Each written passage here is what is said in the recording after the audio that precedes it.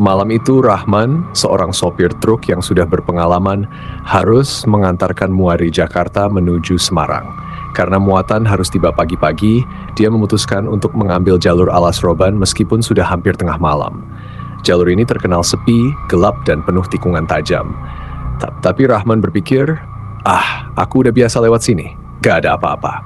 Namun malam itu berbeda, suasana di jalan terasa lebih sunyi dari biasanya. Tidak ada kendaraan lain yang melintas, hanya suara mesin truk dan angin yang bertiup pelan. Saat memasuki tikungan pertama di Alas Roban, Rahman mulai merasakan sesuatu yang aneh. Udara di dalam kabin truk terasa lebih dingin, padahal AC mati. Dia menyalakan radio untuk mengusir rasa takut, tapi yang keluar hanya suara statis. Radio rusak, pikirnya sambil mematikan perangkat. Beberapa kilometer kemudian, bau melati yang sangat wangi tiba-tiba memenuhi kabin truknya. Rahman berhenti sejenak untuk memeriksa apakah ada sesuatu di dalam truk, tapi tidak menemukan apa-apa. Saat dia kembali ke kursi pengemudi, dari sudut matanya dia melihat bayangan seorang wanita berdiri di pinggir jalan. Wanita itu mengenakan baju putih panjang dengan rambut terurai, berdiri diam menatap Rahman. Tapi saat dia menoleh untuk memastikan, wanita itu sudah tidak ada. Rahman mencoba menenangkan diri dan melanjutkan perjalanan. Namun beberapa saat kemudian, dia merasa truknya semakin berat, seperti ada beban tambahan di belakang. Padahal muatannya sudah dia pastikan aman sebelum berangkat.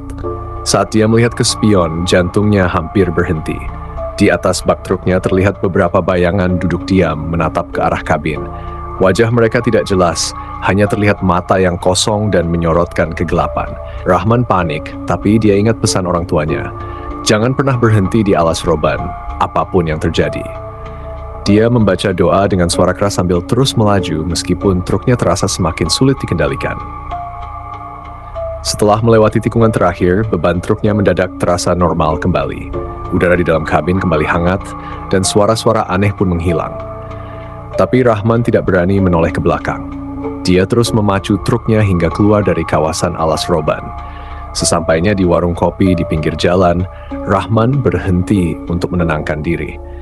Pemilik warung, seorang pria tua, hanya tersenyum sambil berkata, "Malam ini lewat Alas Roban ya? Kalau sampai selamat, itu artinya mereka udah cukup puas nemenin perjalananmu." Rahman hanya mengangguk, tanpa berani bertanya lebih jauh.